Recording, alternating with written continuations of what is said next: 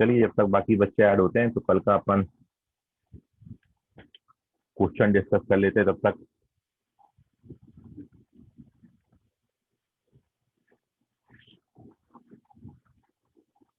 Kunal question पढ़ो कल का। Good morning, sir. Very good morning. If alpha and gamma are roots of, gamma है कि बीटा है? beta, are roots of okay, if alpha beta are roots of 4x square 4x square minus 16x minus 16x plus lambda equals to 0, okay such that हाँ 1 is less than alpha and 2, comma 2 is less than beta less than 3, then number of interval solution ठीक है, number of integral solution है, ठीक है। Then number of integral solution of lambda, और option आपको दिए हैं 2, 3, 5, 6, तो वो आपने फाइंड करना है कितनी इंटीजर वैल्यूज होंगी लैम्डा की जो इन दो कंडीशन को सेटिस्फाई करते हैं कि जो अल्फा है it is lies in 1, 2 and beta should be lies in the interval 2, 3। Alpha 1 और 2 के बीच में आए और बीटा 2 और 3 के बीच में आए। So this is our fourth situation, fourth case, when exactly one root lies in the given interval। दोनों में से जब कोई एक रूट किसी इंटरवल में दिया होगा तो आप यहाँ पर सबसे पहले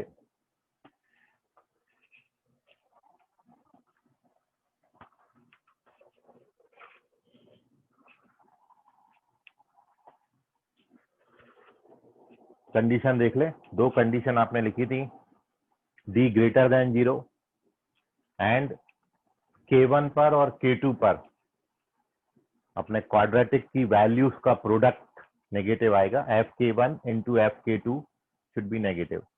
ये दो कंडीशन अपन इंडिविजुअली सॉल्व करेंगे। तो सबसे पहला तो कंडीशन आपका डी ग्रेटर देन 0 होना चाहिए। सॉल्यूशन में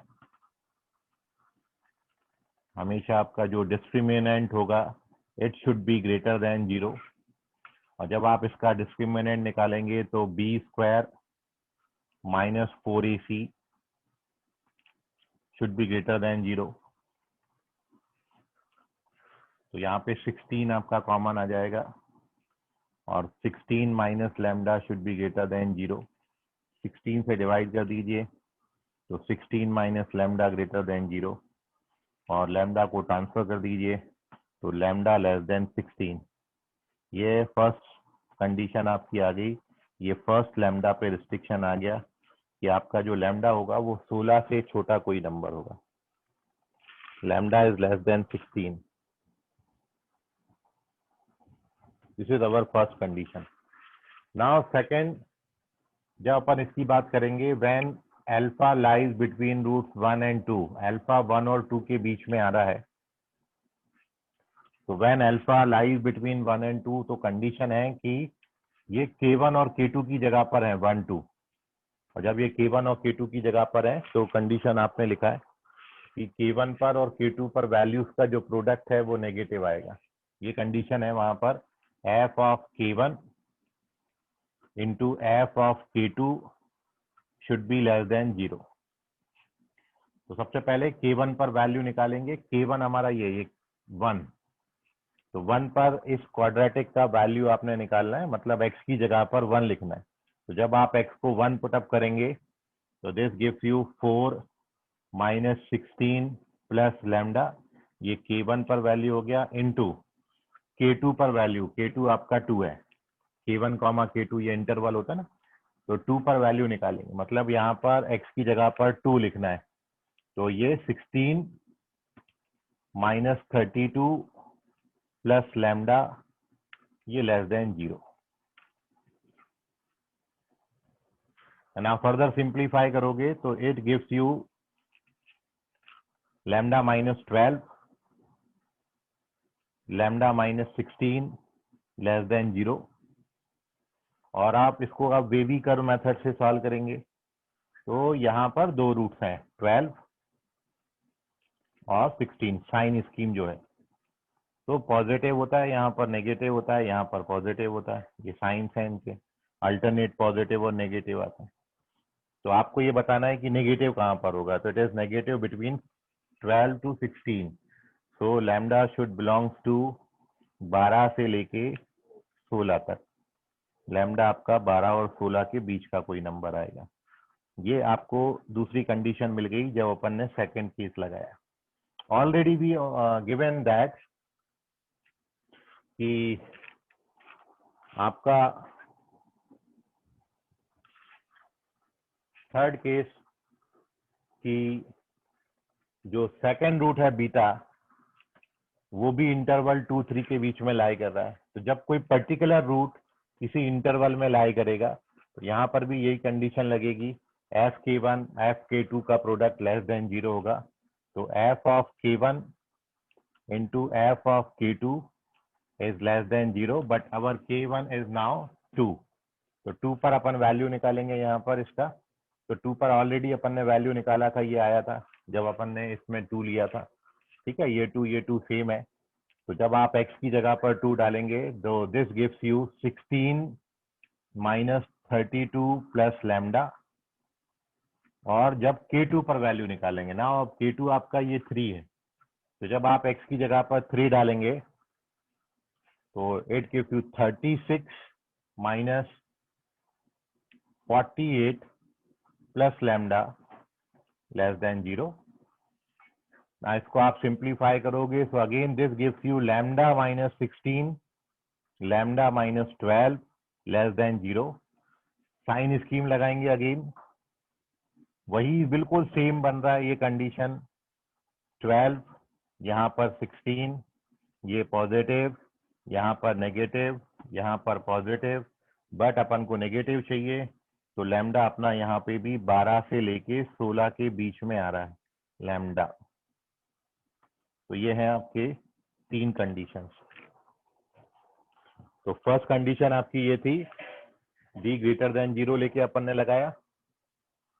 फिर सेकंड कंडीशन एफ के वन, ये 2 ही कंडीशन होती हैं, बट वहां पर जब आपने लिखा था तो आपने एक ही रूट जो है k1 k2 के बीच में लिखा था। आपको यहाँ दो बातें दी हैं कि आपका पहला रूट भी k1 k2 के बीच में आ रहा है और दूसरा रूट भी k1 k2 के बीच में आ रहा है, इसलिए अपन ने ये 2 रिस्ट्रिक्शन लगाई। अब ओवरऑल ये फर्स्ट सेकेंड और थर्ड में आप मोस्ट कॉमन वैल्यूज देखोगे तो मोस्ट कॉमन वैल्यूज यही है, क्योंकि यहाँ बोल रहे हैं 16 से छोटे, तो ये 16 से माइनस इन्फिनिटी तक नंबर है। यहाँ पर बोला है 16 और 12 के बीच में, यहाँ भी बोला है 16 और 12 के बीच में। तो ओवरऑल फ्रॉम दीज 3 कंडीशंस, तो फाइनली जो अपनी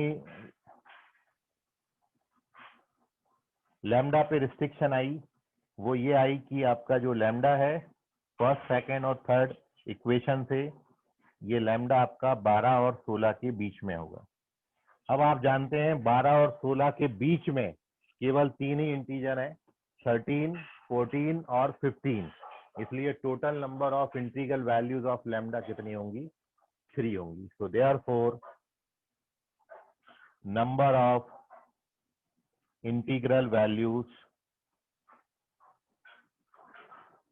of lambda is 3। तो योर करेक्ट आंसर इज 3। 3 सही जवाब है इसका, नोट कर लीजिए, कोई डाउट है तो पूछ लीजिए। तो कल जो आपने पढ़ा उसका यूटिलाइजेशन ये हमने किया फोर्थ केस का, when exactly one root lies in the given interval। Screenshot लीजिए और कोई डाउट है तो पूछिए। सर एक बार समझा दो ना।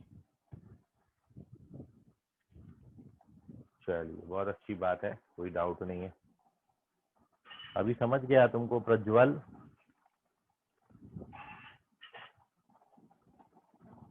प्रज्वल और कुड़े आवाज आ रहा है? हाँ सर, हाँ सर। चलिए, उन्नति कोई डाउट? No sir.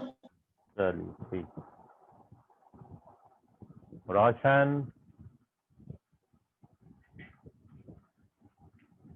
हेलो रोशन, आवाज आ रहा है क्या रोशन? एनडीए लो, इनको आवाज ही नहीं आ रहा है।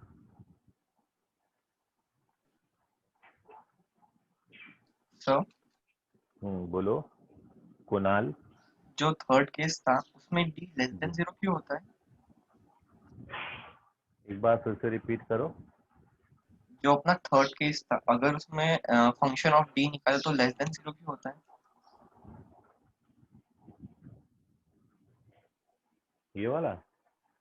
हाँ, जो अपन ने थर्ड केस पढ़े थे कल, अच्छा थर्ड केस, हाँ उसमें function of d less than 0 क्यों होता है? हाँ ठीक है, बता देता हूँ। एक बार उसका थर्ड केस ले लेते हैं अपन। इसका स्क्रीनशॉट ले लो आप। थर्ड केस में क्यों होता है वो आप समझ लो।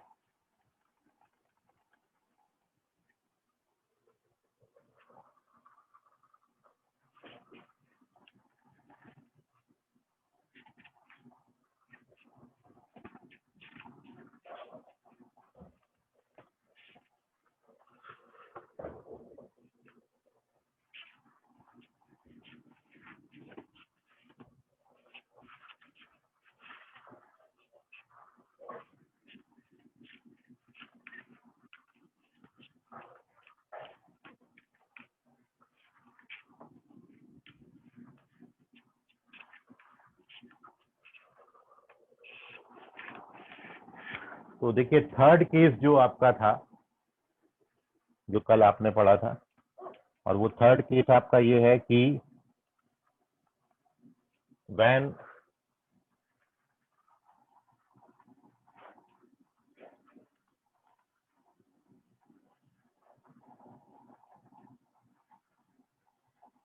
कोई भी नंबर हो सकता है, ये मैं डी लेके सॉल्व करा हर कंडीशन को। तो when a number d lies between roots, जब दोनों रूट्स के बीच में कोई नंबर आ जाएगा, ये अपनी थर्ड सिचुएशन थी। तो इस पर्टिकुलर सिचुएशन में when we plot the graph, जब आप इसको ग्राफिकली समझें, तो ग्राफ मैंने ओपन अपवर्ड ले लिया। ये अपना किसका ग्राफ होता है? This is graph of y is equals to ax square plus bx plus c। ये अपना इस क्वाड्रेटिक का ग्राफ होता है, और इसके दो रूट्स जो हैं वो अल्फा और बीटा है। These are the roots alpha and beta. और अब आपको इसमें ये बोला है कि जो नंबर डी है वो जब दोनों रूट्स के बीच में आ जाएगा, when a number d lies between the roots, मतलब यहां से यहां तक ये कहीं भी हो सकता है। ठीक है, तो मैं यहाँ पर ले लेता हूँ अपना डी, ये है नंबर डी, ये वाला। जब आपको बोला जाए कि कोई नंबर दोनों रूट्स के बीच में लाई कर रहा है, तो अब आप देखिए कि सबसे पहली बात तो रूट्स जो हैं वो रियल और डिस्टिंक्ट होंगे। दोनों रूट्स अलग अलग आएंगे क्योंकि दोनों रूट्स के बीच में एक नंबर आ रहा है, इसलिए दोनों रूट्स बराबर नहीं हो सकते। तो फर्स्ट केस, फर्स्ट कंडीशन आपने जो लिखी थी कि आपका जो डी होगा ओनली स्ट्रिक्टली ग्रेटर देन 0 होगा, इक्वल का साइन नहीं आता यहाँ पर। This is our first condition, D strictly greater than 0 होगा। एंड सेकंड कंडीशन, अब आप देख रहे हो कि जब आप वेवी कर्व मेथड पढ़ते थे, तो वेवी कर्व मेथड में जब आप साइन लगाते थे, मान लो ये दो रूट्स हैं आपके अल्फा और बीटा, तो उसमें आप साइन कैसे लगाते थे? बीटा के बाहर ये पॉजिटिव है, ये हाथ से शुरू करते थे पॉजिटिव, फिर नेगेटिव। साइन कैसा लेते? नेगेटिव, और फिर साइन कैसा लेते थे आप? पॉजिटिव लेते थे। तो बिल्कुल सेम सिचुएशन यहाँ पर भी है। बीटा के बाहर ये कैसा होगा? पॉजिटिव होगा। अल्फा के बाहर ये कैसा होगा, पॉजिटिव होगा, और अल्फा बीटा के बीच में कोई भी नंबर डालोगे तो ये कैसा आएगा, नेगेटिव। मतलब इस डी पर, डी अल्फा और बीटा के बीच में दिया है, क्वेश्चन में ही दिया अपन को, कंडीशन में ही दिया है, तो डी पर जो वैल्यू आप निकालोगे, डी पर वैल्यू आपकी कैसी आएगी, नेगेटिव आएगी, बिलो दी एक्स एक्सिस आएगी, क्योंकि समझ गया? हाँ चलो ठीक। तो आपका ए पॉजिटिव है और डी पर वैल्यू नेगेटिव है, इसलिए अपन सेकंड केस क्या बनाते थे, ए और डी पर वैल्यू का प्रोडक्ट नेगेटिव आएगा। चलिए, तो ये दो कंडीशंस थी। अभी भी कोई डाउट है 1 2 3 चारों केस में तो आप पूछ लीजिए, उसका भी ले लो एक स्क्रीनशॉट, और चारों केस में अभी कोई डाउट है तो पूछिए, अदरवाइज अपन कुछ क्वेश्चन डिस्कस कर रहे हैं। और साथ में एक बात आपको बता दें कि आगे चल के आपका बैच जो है 4th और 5th बैच अब एक ही हो जाएगा, तो आपके कारण 4th बैच वालों को अपन ने थोड़ा सा रोक के रखा है, उनका भी केवल क्वाड्रेटिक हुआ है और आपका भी क्वाड्रेटिक कंप्लीट हो गया है, ठीक है। तो अब दोनों बैच अपन मर्ज करके आगे शुरुआत करेंगे, 4th और 5th बैच, दोनों बिल्कुल सेम लेवल पे हैं अभी, उनको मैं काफी दिन से रोक के रखा कुछ आपके लिए, ताकि आप दोनों का सिलेबस सेम हो जाए और फिर अपन इसमें आगे नई बात कंटिन्यू करेंगे। तो कंपटीशन ज्यादा आपका जनरेट होगा, ठीक है, कुछ बच्चे अच्छे हैं उसमें, तो वहाँ पे आप ज्यादा अच्छा कंपटीशन फेस कर पाएंगे, और आप में से फिर जो भी अच्छा बच्चा करेगा और परफॉर्म करेगा तो अपन उसको और भी ऊपर वाले बैचेस में ले सकते हैं, ठीक है। ऐसे ही जो फर्स्ट और सेकंड बैच पहले हमने मर्ज किया था, और अब फर्स्ट सेकंड के साथ थर्ड को मर्ज कर रहे हैं, मतलब 1 2 3 अब एक हो जाएगा और 4 5 एक हो जाएगा, तो दो बैचेस अपन डिस्कस करेंगे अभी, ठीक है। तो उसमें अपन अगला चैप्टर पढ़ेंगे। फिलहाल जो आप अभी क्वाड्रेटिक पढ़ रहे हैं, इसके रिवीजन पॉइंट ऑफ व्यू से कितनी पुरानी बातें आपको याद हैं वो मैं एक बार चेक कर लेता हूं, तो देखते हैं आप में से कोई डाउट किसी पर्टिकुलर टॉपिक में आपको हो तो बता दीजिए, वो मैं डिस्कस कर लूँ, अदरवाइज मैं फिर क्वेश्चन आपके साथ डिस्कस करता, आपको कुछ क्वेश्चन देता और आप बताइए फिर उसका आंसर मेरे को। तो पर्टिकुलर टॉपिक में आपको डाउट अभी है तो बता दो।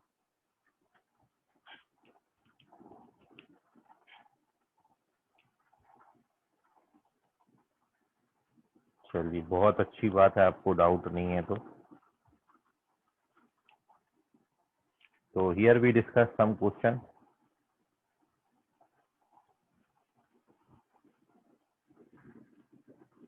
चलिए, तो एक इस क्वेश्चन का आप जवाब दीजिए, कॉम्पिटिटिव एग्जाम में कैसे क्वेश्चंस आते हैं वो आप देख लें।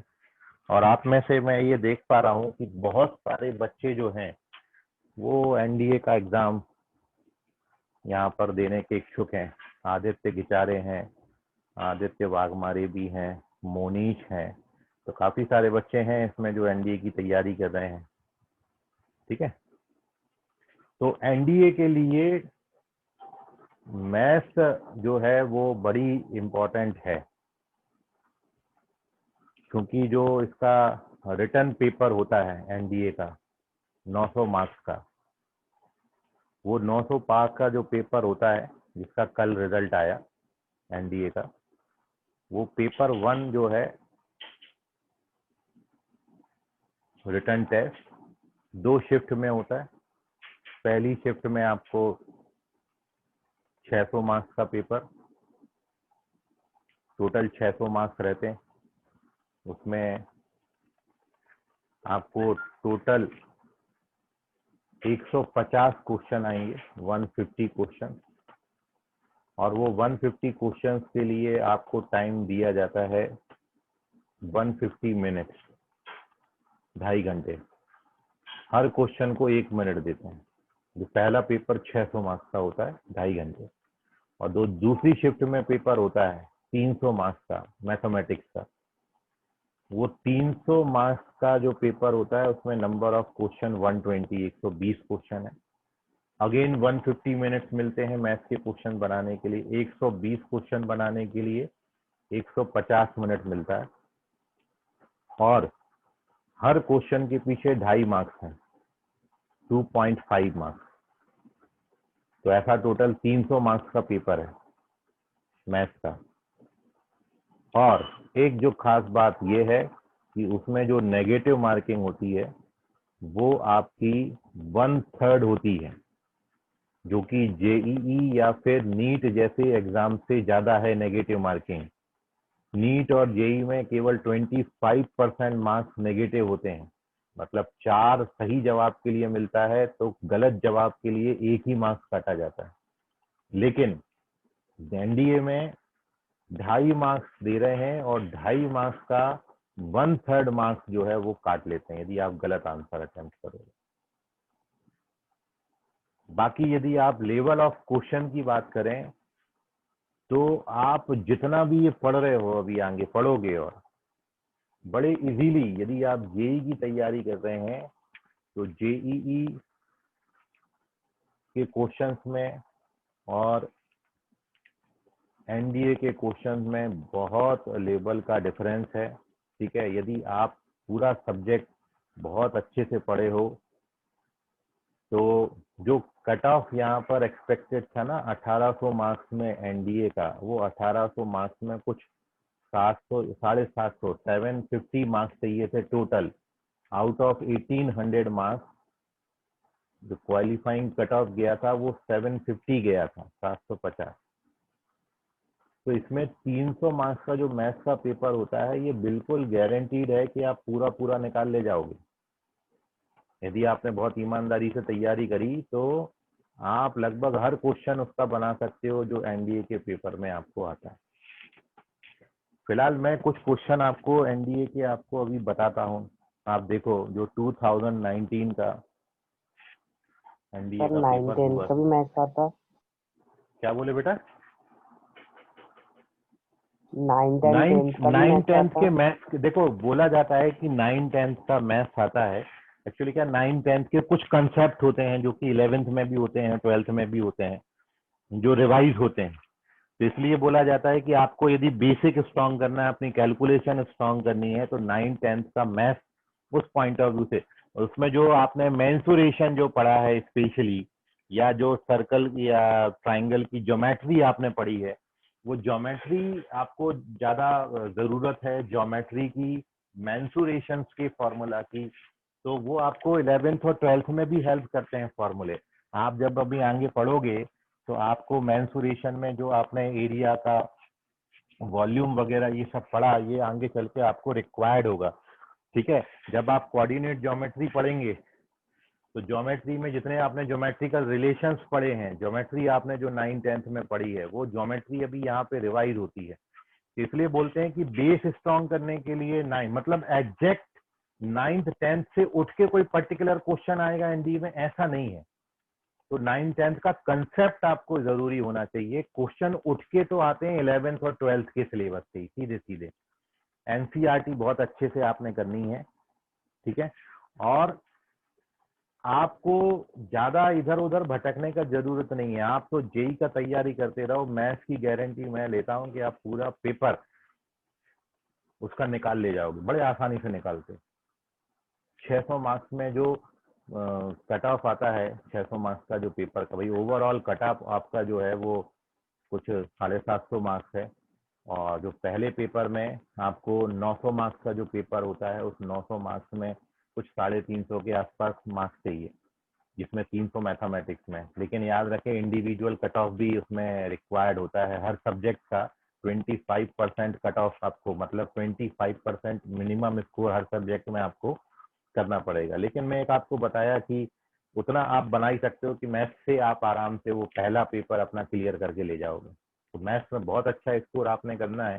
ठीक है, बहुत अच्छे से आपका पहला पेपर जो है रिटर्न पेपर, वो रिटर्न पेपर जो है वो आप क्लियर कर सकते हो, मतलब आप एसएसबी इंटरव्यू के लिए क्वालिफाई कर सकते हो।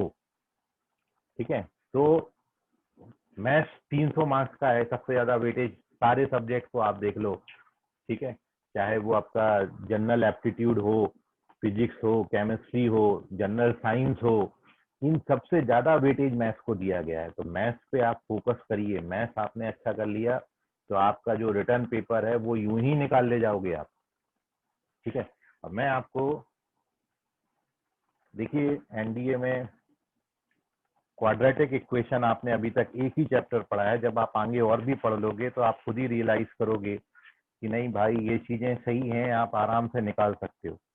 तो मेरे सामने अभी कुछ क्वेश्चन एनडीए के दिख रहे थे, तो मैंने कहा चलो एक बार क्वाड्रेटिक का कोई क्वेश्चन आता है तो वो मैं आपके साथ डिस्कस करता हूँ, यदि क्वाड्रेटिक का क्वेश्चन मेरे को यहाँ पर दिया होगा तो। सर अपनी फिजिकल क्लासेस कब से स्टार्ट होंगी सर? क्या बोले बेटा? सर अपनी फिजिकल क्लासेस कब से स्टार्ट होंगी? फिजिकल का तो अभी कुछ कह सर नहीं वो सकते सर क्योंकि, बोले कि 15 को होंगे। हेलो, 15 सर वो तारीख सर को बोल रहे बोल, थे कि 15 नवंबर से होंगे। 15 नवंबर, हाँ 15 नवंबर, तो मतलब एक महीना तो आप बिल्कुल शांत ही बैठो। एक महीने तक तो आप कुछ कह ही नहीं सकते, क्योंकि जब तक ऑफिशियल अनाउंसमेंट नहीं होगा। देखिए एक बहुत बड़ा रिस्क ये है ना ऑन ऑफलाइन क्लासेस शुरू करने में, कि यदि ऑफलाइन अपन शुरू कर भी देते हैं तो ऑफलाइन में 50% से ज़्यादा अपन स्ट्रेंथ क्लास में बिठा नहीं सकते हैं, एक वो आपको रखना पड़ेगा। तो उसका सीधा सीधा रीज़न ये है कि मैं क्लास में, जैसे मेरी क्लास की जो ओवरऑल कैपेसिटी है वो 50 बच्चों की है, तो मैं अपनी क्लास में 25 बच्चों से ज़्यादा बिठा नहीं सकता। और इसलिए यदि किसी पर्टिकुलर बैच में, मान लो मेरे पास जैसे फोर्थ, आपके बैच में तो कम स्ट्रेंथ है, लेकिन यदि मैं फोर्थ बैच की बात करूं तो वहाँ करीबन मैथ्स की क्लास में करीबन 60-70 बच्चा आता है। तो उसमें होगा ये कि अब मेरे को आधे बच्चे जो है आज बुलाने हैं, फिर उनको मैं ऑफ दूंगा, अगले दिन मैं बचे हुए आधे बच्चों को बुलाऊंगा। मतलब उस पर्टिकुलर सिचुएशन में जब ऑफलाइन क्लास आपकी शुरू होगी तो एक साथ आप सारे बच्चे बैठ के नहीं पढ़ सकते हो कि मैं पूरी क्लास भर दूं, ठीक है, उतना गवर्नमेंट से अभी छूट नहीं मिला हुआ है। जो खोलने की परमिशन आ रही है वो 50% स्ट्रेंथ के साथ खोलने की परमिशन आ रही है, तो एक साथ मैं सारे बच्चों को नहीं बिठा सकता, ठीक है। तो इसलिए अपन ज़्यादा जल्दीबाजी ही नहीं कर रहे हैं, क्योंकि उसमें आपका लॉस ये होगा कि आपकी अभी जो रेगुलर क्लास चल रही है वो हो सकता है फिर वीक में 2 दिन, सॉरी 3 दिन या 4 दिन ही हो पाए, ठीक।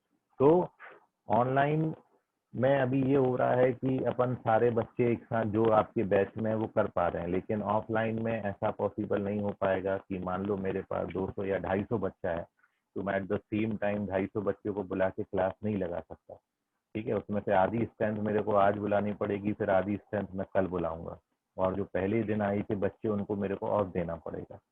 तो ओवरऑल थोड़ा सा चीज़ें कॉम्प्लिकेटेड हो जाएंगी, और ज़्यादा आपका जो टाइम है ना ज़्यादा फ्री होने लगेगा। वीक में जो 6 दिन क्लास चल रही है फिर वो 3 या 4 दिन ही चल पाएगी। तो ऑफलाइन आपका शुरू होगा जैसे ही कोई भी इंस्ट्रक्शंस जैसे भी आते हैं गवर्नमेंट के, अभी तक तो कुछ भी फुल एंड फाइनल आया नहीं, ठीक है। सबसे पीछे अपन को स्कूल कॉलेजेस को और कोचिंग को ही रखा गया है, लेकिन हाँ खुलेंगे जैसे ही, ठीक है, वैसे ही आप तक इंफॉर्मेशन आएगी, तो बिल्कुल आप वरीड ना हो। जैसी चीज़ें आपको अभी मिल रही हैं ऑफलाइन में उससे बेहतर देने की हम कोशिश करेंगे, क्योंकि एक बार फिजिकल कांटेक्ट हो जाता है ना, जब आप साथ में रहते हो तुरंत कभी भी कोई डाउट आता है तो 24 आवर्स में, जब तक आप प्रेमाइसेस में अवेलेबल हो तब टीचर्स को आप जाके डायरेक्ट डाउट पूछ सकते हो। लाइब्रेरी फैसिलिटी, तो बहुत कुछ ऑफलाइन के फायदे हैं, लेकिन मजबूरी ये है कि ऑनलाइन अपन ये बिल्कुल इतना हिस्ट्री में मोमेंटम का जो 12-15 साल हो गया मोमेंटम को, अभी तक ये फर्स्ट टाइम है जब ऑनलाइन क्लासेस चल रही हैं। अभी तक कभी भी हमने ऑनलाइन ना तो लिया, ना तो कभी ऑनलाइन लेक्चर, रिकॉर्डेड लेक्चर बच्चों को दिए, सब कुछ ऑफलाइन ही होता रहा। इंदौरा ब्रांच हाँ कभी कभार आते हैं, मैं सारे ब्रांचों से, क्योंकि सबसे ज़्यादा जो नियरेस्ट ब्रांच है हम लोगों को जो पड़ता है हमारे घर से वो है रामदास पीठ ब्रांच। मेन ब्रांच रामदास पीठ है, उसके बाद आपका इंदौरा ब्रांच आया था, उसके बाद आपका मानकापुर ब्रांच आया, ठीक है। तो बहुत विजिट हम लोगों की रेयर अभी होती है, बहुत कम ही आते हैं अभी, क्योंकि सारा वक्त क्लास लेने में ही चला जाता है। ठीक है, तो जब ऑफलाइन सर शुरू आप होगा तो सिर्फ सभी 11th को ही जगह, पढ़ाते हैं? नहीं नहीं, दोनों जगह पूरा पूरा हैंडल हम ही करते हैं मैथ्स का। सर फिर इंदिरा ब्रांच वाले को कौन पढ़ाएंगे? सभी हम ही लोग पढ़ाएंगे,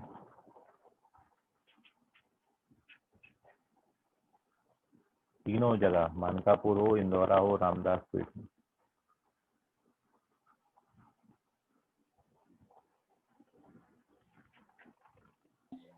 सर हम बोर्ड की बुक्स कब स्टार्ट करेंगे? बोर्ड में देखिए 11th पॉइंट ऑफ व्यू से जो आपका बोर्ड है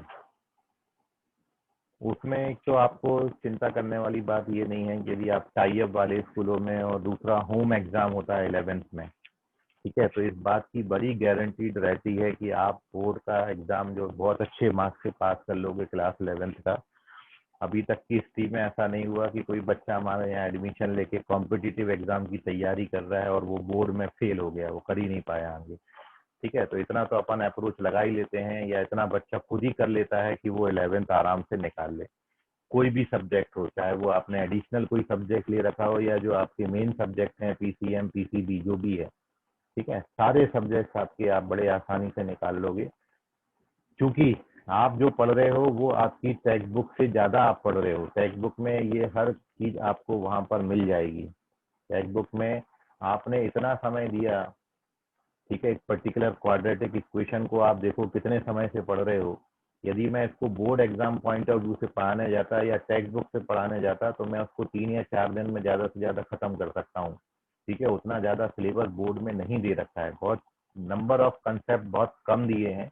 तो आप जो पढ़ रहे हो वो बहुत ज़्यादा आप पढ़ रहे हो, क्योंकि आप एकदम टफेस्ट एग्जाम जो है जेई एडवांस जेई मेन जो है सबसे अच्छे एग्जाम माने जाते हैं इंडिया के, उनकी आप तैयारी कर रहे हो। ठीक है, उसके बाद आपका एनडीए है, नीट है, ये इन एग्जाम की जब आप तैयारी करते हो, और ये जो एग्जाम का सिलेबस है ये एक्चुअली 11th और 12th का ही सिलेबस है जो आपकी टेक्स्ट बुक में दे रखा है। तो कहीं ऐसी बात नहीं है कि वहां पर सिलेबस कुछ अलग है, यहाँ पर सिलेबस कुछ अलग है। लेकिन हाँ, नंबर ऑफ कंसेप्ट की आप बात करोगे तो बोर्ड में कम दे रखे हैं। कॉम्पिटिटिव एग्जाम में आपको ज़्यादा चीज़ें पढ़नी पड़ती हैं, ज़्यादा अप्रोचेस सीखनी पड़ती हैं, बोर्ड में सीधा सीधा है। तो जो बच्चे कॉम्पिटिटिव बड़ा सीरियसली तैयार करते हैं वो बोर्ड के लिए बड़ी आराम से निकाल लेते हैं। बाकी रही बात क्लास 12th बोर्ड की, चूंकि वो बोर्ड एग्जाम है तो बच्चे ज़्यादा टेंशन लेते हैं। तो बोर्ड एग्जाम में फिर अपन क्या करते हैं, वहाँ पर एडिशनल अपन सब्जेक्ट जो भी आपका है आप बोर्ड का, वो अलग से अपन क्लासेस लेते हैं। ठीक है, वीक में हर दिन आपको एक क्लास बोर्ड का टीचर्स लोग आपके साथ डिस्कस करेंगे, और अल्टरनेट संडे पे आपका बोर्ड से रिलेटेड टेस्ट होगा, वो टेस्ट पे एनालिसिस होती है। यदि आपने कोई पर्टिकुलर क्वेश्चन सही तरीके से नहीं लिखा तो उसको आपको बताया जाता है कि बोर्ड में आपको उस तरीके से उसको लिखना है। ठीक है, तो जहाँ तक बात रही मैथ पॉइंट ऑफ व्यू से मैं बात करूँ तो मैथ पॉइंट ऑफ व्यू में क्योंकि थ्योरी पोर्शन ज़्यादा है ही नहीं, जो भी है सब क्वेश्चंस हैं भाई, फॉर्मूला सीखना है, क्वेश्चन में अप्लाई करना है।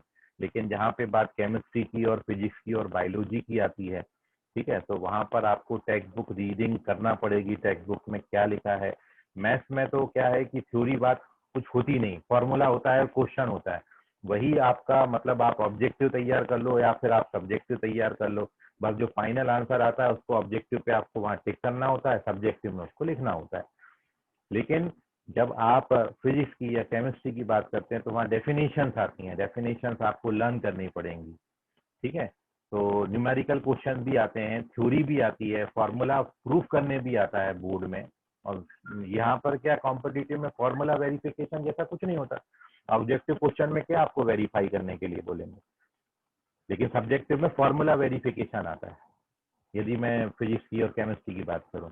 लेकिन मैथ्स में आपको ना तो कॉम्पिटिटिव में फॉर्मूला वेरिफिकेशन आता है, ना फिर आपका बोर्ड एग्जाम में फॉर्मूला वेरिफिकेशन आता है, सीधे क्वेश्चन आते हैं वहां पर कि ये पर्टिकुलर क्वेश्चन है, बताओ इसका आंसर क्या है, या सीधा जैसे find the roots of the quadratic equation, ये क्वेश्चन आ गया तो आप उसको सॉल्व तो करोगे, ऑब्जेक्टिव के लिए भी आप सॉल्व करोगे, ऑब्जेक्टिव में बस टिक करोगे, सब्जेक्टिव में। तो इसलिए बोर्ड का बहुत ज्यादा टेंशन लेने का जरूरत नहीं है। पीसीएमबी जो आप पढ़ रहे हैं, आप कुछ समय बाद 1 या 2 महीने बाद जब अपना टेक्स्ट बुक उठा के देखेंगे, जब आप कुछ के नंबर ऑफ चैप्टर्स आपके कुछ हो जाए, तो आप लगभग हर क्वेश्चन वहाँ पे टेक्स्ट बुक का लगा सकते हो। ठीक है, तो एकदम बिल्कुल कोई वरीड होने की जरूरत नहीं है। ठीक, आपका बोर्ड उतना ही अच्छा होगा जितना आपका कॉम्पिटिटिव होगा। कॉम्पिटिटिव अच्छा करते जाइए, बोर्ड अपने आप बहुत अच्छा हो जाएगा। ठीक है, कई जगहों पर, कई इंस्टीट्यूशंस में क्या है, केवल बोर्ड ही पढ़ाया जाता है और वो बोलते हैं कि बोर्ड में ही, ठीक है, 2 साल आपका एडमिशन लिया, 1.5 साल वो बोर्ड खत्म करते हैं और 1.5 साल में बोर्ड खत्म करने के बाद लास्ट के कुछ 5-6 महीने में बच्चों को ऑब्जेक्टिव क्वेश्चंस कराते हैं उस पर, मतलब शुरुआत बोर्ड से करते हैं। तो उसमें ये होता है कि बच्चा पूरे 2 साल ऑब्जेक्टिव क्वेश्चन की प्रैक्टिस नहीं कर पाता है, लास्ट के कुछ 2-3 महीने में केवल ऑब्जेक्टिव क्वेश्चन की प्रिपरेशन होती है और इसलिए नंबर और सिलेक्शन के जो चांसेस हैं वो उसके कम हो जाते हैं। और यहाँ पर अपना जो दूसरे इंस्टीट्यूशन से फर्क है कि आप from the day first objective question की तैयारी यहाँ पर कर रहे हो। ठीक है, तो इसलिए आपके सिलेक्शन के चांसेस ज़्यादा हैं, क्योंकि हर एग्जाम ऑब्जेक्टिव है, चाहे नीट हो, चाहे आपका KVPY हो, चाहे NDA हो, JEE हो। जब ऑब्जेक्टिव एग्जाम है तो ऑब्जेक्टिव तरीके से आपने उसको सीखना पड़ेगा, है ना। तो बोर्ड को लेके ज़्यादा वरीड मत हो आप, बिल्कुल गारंटीड है ये कि जो बच्चा एग्जाम ऑब्जेक्टिव में अच्छा करेगा वो सब्जेक्टिव में निश्चित है अच्छा कर ही लेगा। लेकिन इसका उल्टा नहीं होता, जो सब्जेक्टिव बहुत अच्छा कर लेता है ऑब्जेक्टिव उसका हो भी सकता है और नहीं भी हो सकता, ये चीजें हैं उसमें। ठीक है, एनीथिंग एल्स? सर जिन्होंने बायफोकल सब्जेक्ट्स लिए हैं उनके लिए क्या सर? उनके लिए जो एडिशनल सब्जेक्ट्स आपके हैं, ठीक है, वो आपकी एडिशनल क्लासेस आपको दी जाएंगी, जो भी है आपका कंप्यूटर साइंस का है, इलेक्ट्रॉनिक्स का है, या जिनका एडिशनल, जिन्होंने मैथ्स ले रखा है, साथ में बायो है, जिनका मेन नीट देना है, मैथ्स उन्होंने लिया है तो मैथ्स का एडिशनल क्लास हम उनको देंगे। जिनका नीट है, जिनका मैथ्स है, जिन्होंने बायो एडिशनल ले रखा है, जिनको JEE देना है, बायो जिन्होंने एडिशनल लिया उनको बायो की क्लास अलग से दी जाएगी। तो ये सब पे क्योंकि अभी तक क्या है, हमारे यहाँ पिछले 8 दिन पहले या 10 दिन पहले तक एडमिशन शुरू थे। ठीक है, अब हमने बाइफर्केशन करना शुरू किया है, बच्चों के बैच सेपरेट कर रहे हैं और उसके बाद हम आगे चल के आपकी इन बातों पे भी फोकस करेंगे। लेकिन हाँ, जितना भी आपने कुछ लिया है वो सब आपको, जो भी कमिटमेंट किया गया है वो सबकी क्लास आपको दी जाएंगी। ठीक है, और जो पिछला हमारा पास्ट एक्सपीरियंस है कि जो टीचर्स हम एडिशनली हायर करते हैं फॉर एडिशनल सब्जेक्ट, वो 3 या 4 महीने में ज़्यादा से ज़्यादा आपका वो सिलेबस उस पर्टिकुलर ईयर का कंप्लीट कर देते हैं। बहुत ज़्यादा टाइम कंज्यूमिंग नहीं है। ठीक है, और बड़े आसानी से बच्चे बहुत अच्छा स्कोर भी कर लेते हैं। तो इसलिए एडिशनल पर भाई मेन सब्जेक्ट पर जो पूछा, एक्चुअली नीट का पेपर है तो नीट में फिजिक्स आती है, केमिस्ट्री आती है, बायोलॉजी आती है। JEE का पेपर है, JEE के पेपर में मैथ्स आता है, फिजिक्स आता है, केमिस्ट्री आता है। ये अपना मेन है, आपने एडमिशन इसके लिए लिया है, बाकी आपने एडिशनल लिया है, वो जवाबदारी हमारी है, कंप्लीट कराएंगे। बस वर्ड्स पे आप ध्यान रखिए कि उसके लिए आपको समय दिया जाएगा। ठीक है, और बहुत कम समय में बहुत अच्छे टीचर्स हमारे पास आते हैं, अपन हायर करते हैं एडिशनल, और वो जो है 2-3-4 महीने में मुश्किल से खत्म कर देते हैं। ठीक है, तो एडिशनल भी आपका हो जाएगा बड़े आसानी से। लेकिन आप अभी फोकस करिए अपने मेन सब्जेक्ट पर, जो आपकी क्लास अभी रेगुलर चल रही है। जितना मिल रहा है उसको बहुत अच्छा करना है, उससे भी बेहतर आगे चल के आपको मिलेगा, इस बात का आपने ध्यान रखना है। बहुत अच्छा आप निकाल ले जाओगे। और कुछ? अच्छा, फाउंडेशन 1 2 3 से भी मर्ज करेंगे बैच? क्या बोले सुजल? आवाज थोड़ा सा कट के आया। सुजल एक बार रिपीट और करो। सर फाउंडेशन 1 और 2 से भी मर्ज करेंगे बैच? फाउंडेशन 1-2 तो ऑलरेडी मर्ज है बेटा, 1 और 2 तो पहले ही मर्ज हो चुका है। पहले 1-2 जो अलग अलग चल रहा था, 1-2 तो अभी कब से 2 महीना हो गया, ऑलमोस्ट 2-2.5 महीने हो गए, वो मर्ज होके ही चल रहे हैं। अब उसमें हम थर्ड को मर्ज कर रहे हैं।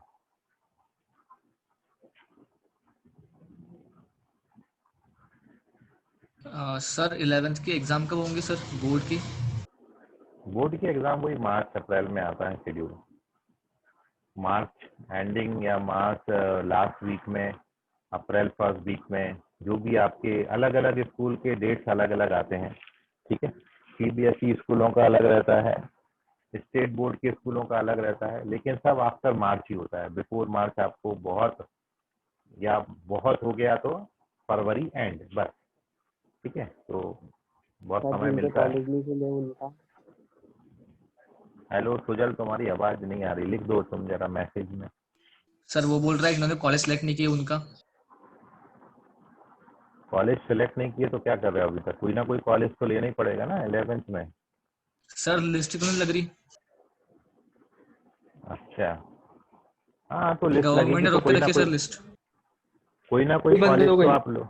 देखिए अभी क्या है, ये कोविड-19 की वजह से हो सकता है। मैं तो आपको पास्ट बताया कि मार्च अप्रैल तक हो जाते हैं, लेकिन अब क्या, स्कूल का सेशन अभी तक शुरू नहीं हुआ, और स्कूल का सेशन अभी तक शुरू नहीं हुआ तो उसके अकॉर्डिंग स्कूल वालों का डिसीजन रहेगा कि वो, हो सकता है आधे सिलेबस में आपका एग्जाम ले लें, हो सकता है आपको ऐसे ही प्रमोट कर दें। तो वो फाइनल डिसीजन आपका जो महाराष्ट्र गवर्नमेंट का होगा वो मिलेगा। तो आप उसके लिए वरीड ना हो। आप और आपसे जैसे कई बच्चे ऐसे हैं जिनको कोई फैसिलिटी नहीं है, आप तो फिर भी कोचिंग कर रहे हो और सिलेबस पढ़ ले रहे हो। ठीक है, ग्रामीण में आप जाओ तो इतना फैसिलिटी भी नहीं है, तो उनकी बाकायदा क्लासेस लग नहीं रही हैं। तो सबको ध्यान में रख के गवर्नमेंट को डिसीजन लेना होता है। तो बिल्कुल भी आप इस बात से वरीड ना हो, आप तो सिलेबस फिर भी पढ़ रहे हो, और कभी भी एग्जाम हो जाए आप उसके लिए तैयार रहोगे, क्योंकि ऑलमोस्ट एक बार आपने सिलेबस देख लिया होगा पूरा। तो जब तक स्कूल का सेशन शुरू नहीं होता तब तक अपन कुछ नहीं कह सकती कि एग्जाम अभी मार्च अप्रैल में ही होगा, कि आगे चल के वो पोस्टपोन करेंगे या फिर आपको ऐसे ही प्रमोट कर देंगे जनरल। अभी तक का जो आपका रिकॉर्ड है उसको देख के तो कोई भी डिसीजन बाद में आ सकता है। लेकिन हाँ, आप ये देख रहे हो नीट का एग्जाम या जेई का एग्जाम या एनडीए का एग्जाम सब हुए हैं और सारे एग्जाम्स हो रहे हैं। तो एग्जाम टाइम तक आपको अपना ऑब्जेक्टिव खत्म कर लेना है। सब्जेक्टिव तो आप बहुत अच्छा कर ही लोगे, कभी भी एग्जाम ले लिया जाए, तो उसके लिए वरीड ना हो। ट्यूशन और कॉलेज मर्ज हो सकते हैं क्या? नहीं, ट्यूशन और कॉलेज मर्ज नहीं होता। एक्चुअली क्या है, यहाँ पर जो एक ऑप्शन होता है टाई अप वाला, कि अपन का जैसा कुछ 2-3 स्कूलों में टाई अप है, तो उसमें ये होता है कि आपको बहुत रेयर 2 साल में मुश्किल से 5-10 बार केवल कॉलेज को विजिट करना होता है, जब वो प्रैक्टिकल एग्जाम्स लेते हैं या आपके प्रैक्टिकल के सबमिशंस होते हैं।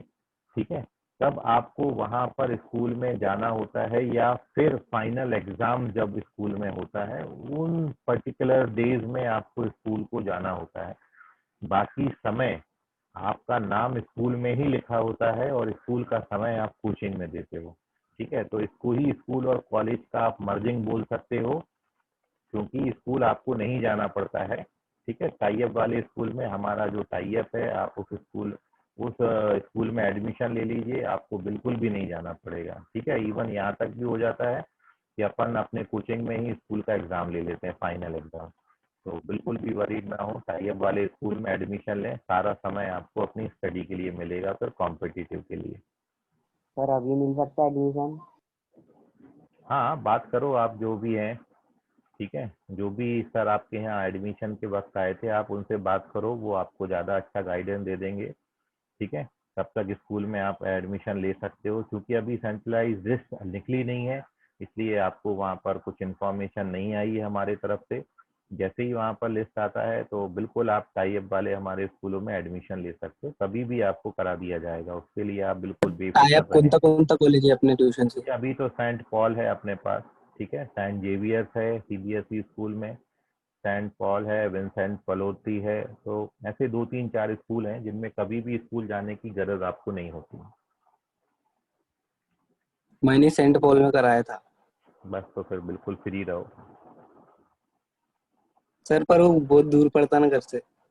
तो जाना थोड़ी पड़ता है दूर, तो पास से क्या है सर हिंदी भाई। कॉलेज में हो सकता है टाई अप? भाई तुमको 700-800 दिन में केवल 10 दिन जाना पड़ेगा, तो कोई दूर ज्यादा पास है, यही समझ लो कि भाई थोड़ा सा घूमने जा रहे हैं आज। ठीक सर है, मैं इंदौरा में रहता हूँ, हुड़केश्वर में। अरे तो दूर पास का वही तो बोल रहा हूँ, ये भाई तुमको महीने भर में एक बार जाने को बोले तो दूर पास क्या लगता है भाई, एक दिन तो जा ही सकते, जाके विजिट तो कर ही सकते, और अपने लिए जा रहे हो और बहुत जरूरी काम के लिए बुलाते भाई, ऐसा नहीं है। प्रैक्टिकल का सबमिशन है, ठीक है, प्रैक्टिकल बुक पे साइन लेने हैं टीचर्स के, या स्कूल में प्रैक्टिकल का सबमिशन है तो उसके लिए बुलाते हैं, ऐसा कोई फालतू तो उनको बिठा के थोड़ी तुमको सेमिनार देते हैं वहां पर। तो एक आध दिन अपन विजिट कर सकते हैं, उसमें कोई दूर पास तब देखा जाता है जब हमको डेली जाना हो, जब महीने भर में 2 महीने में एक बार जाना हो तब दूर पास नहीं देखा जाता, तब तो आप जा सकते हो आसानी से। ठीक है, आपके पेरेंट्स भी आपको छोड़ सकते हैं, आपके फ्रेंड्स आपको छोड़ सकते हैं, इतनी सुविधाएं उपलब्ध हो गई हैं अब तो, नागपुर इतना बढ़ गया है, मेट्रो की सुविधा है हर जगह से, ठीक है, बसेस चलती हैं, तो इतनी बड़ी सिटी में बैठने के बाद आप सोचो दूर पास, तो आपको दूर पास कुछ रह ही नहीं गया भाई। 10-25 किलोमीटर की रेंज नागपुर में कुछ भी नहीं है, मिनिमम नॉर्मल है ये। गांव में होता है 25 किलोमीटर दूर, यहाँ तो पास होता है, बैठो और पहुंच गए। तो बिल्कुल इस बात को लेके नहीं हो, ठीक है।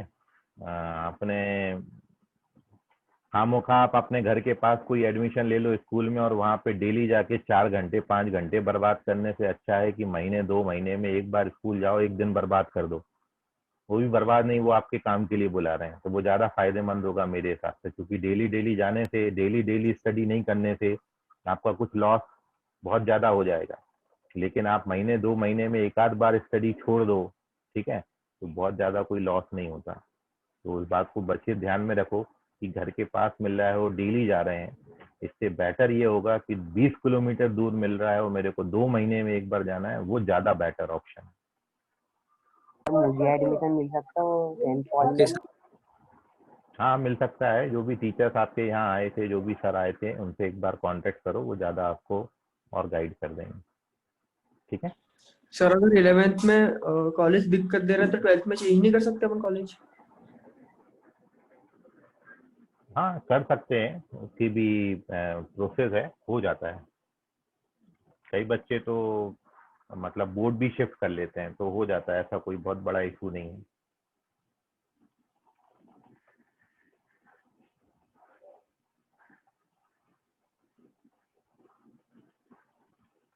चलिए सर अभी हाँ, बोलो। केवीपी का एग्जाम 31 जैन को होगा ना, ये वाला हाँ 2020?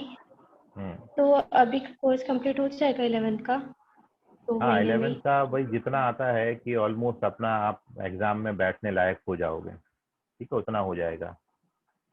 कॉन्फिडेंस तो तभी आएगा ना जब आप खुद प्रैक्टिस डेली डेली उसका करते जाओ, जितना होता जा रहा है ना उसको रिवाइज करते जाना, ठीक है। और जैसी आपकी सिचुएशन है वैसे ही लगभग हर बच्चे की सर सिचुएशन है, हर बच्चा सेम प्रॉब्लम से गुजर रहा है। बोलो कुणाल।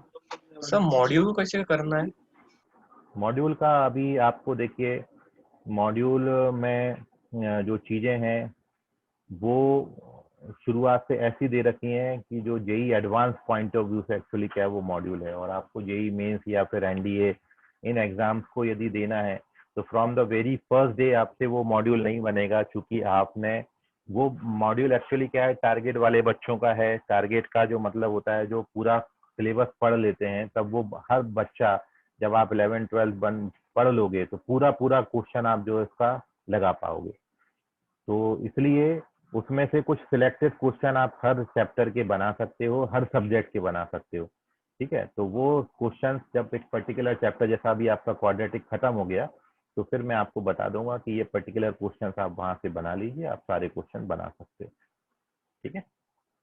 तो फिर आपकी गाइडेंस का रुकना है कि आप जो क्वेश्चन बताएंगे वही सॉल्व? बिल्कुल बिल्कुल बिल्कुल, अभी आपको जितना कराते जा रहे हैं आप उतना करते जाओ, साथ में आपको फिर असाइनमेंट हम प्रोवाइड कराएंगे। Okay sir. ओके चलिए, तो बाय एवरीवन, अच्छा लगा आपसे बात करके, फिर मिलेंगे बाय सर। अगली क्लास थैंक यू में। Sir, bye sir. सर फिर सर अभी ये क्वेश्चन कब करेंगे? काय के क्वेश्चन बेटा? आज क्वेश्चन करने वाले थे ना? अब लो हो गया, क्वेश्चन क्वेश्चन कर लो या बातें कर लो, कोई एक सर चीज वो हो सकती एंगेज है। करेंगे क्वेश्चन, आप चिंता नहीं करो, अपने पास तो बहुत समय है, कभी एक्स्ट्रा लगेगा तो अपन एक्स्ट्रा लेके भी कर लेंगे, ठीक है। इस संडे आपका कुछ सेशन आ रहा है सर एक्स्ट्रा, क्वेश्चन ठीक ग्रुप है, में भेज देना।